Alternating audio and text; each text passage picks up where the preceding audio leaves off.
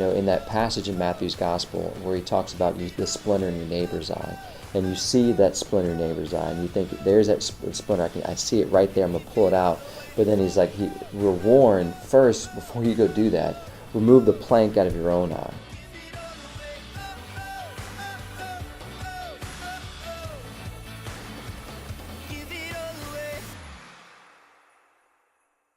When we talked about giving each other permission, one of the passages that comes to mind is the passage in Matthew chapter 7, the very beginning. He talks about the splinter in your neighbor's eye, right? So let's think about this in marriage. So let's say, what we're asking is spouses to give each other permission. So in this work of correction, though, we have to be careful of how we do it. If we're going to approach our spouse to talk to them about something that maybe they're struggling with in their faith, that we see maybe they've given us permission, maybe they haven't given us permission. If they haven't given us permission to talk to them about maybe some of these things, even though that's what marriage is all about, we can sit down and maybe perhaps ask each other, say, look, I've been really thinking about the importance of our faith and God in our marriage.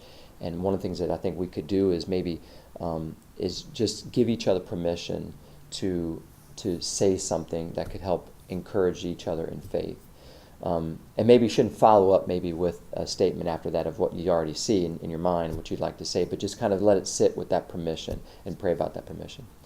But my point is that removing that plank can be making sure that our heart is in the right place. I'm not doing it because, as we were saying before, it's not because I'm being nagged or because it's nagging me. It's just bothering me. I just want to get this thing out of his eye because it's driving me crazy.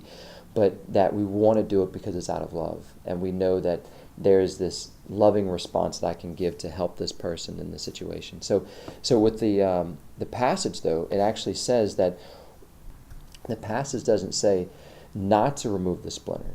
The passage says, if you're going to remove the splinter, first remove the plank out of your own eye, and then it follows up with, and then you will be able to see clearly to remove the splinter or the speck out of your neighbor's eye.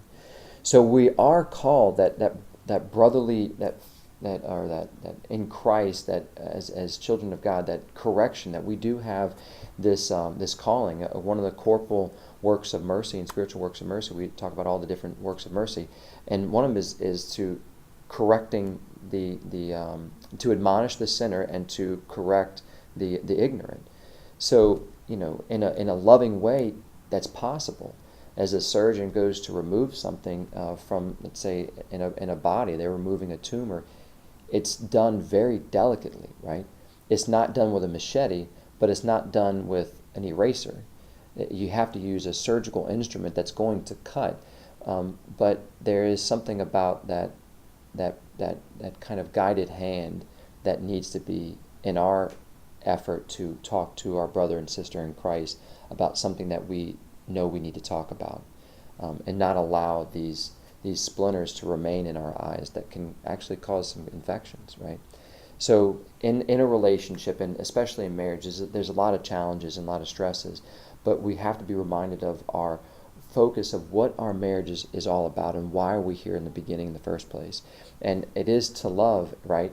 A love that it does include warm feelings and emotions, but it goes deeper than that. A love that is willing the good of the other, a love that is leading each other closer hand in hand to God. And sometimes along the way we need that help from another to maybe pick up our cross or maybe pull out the splinter from our own eye.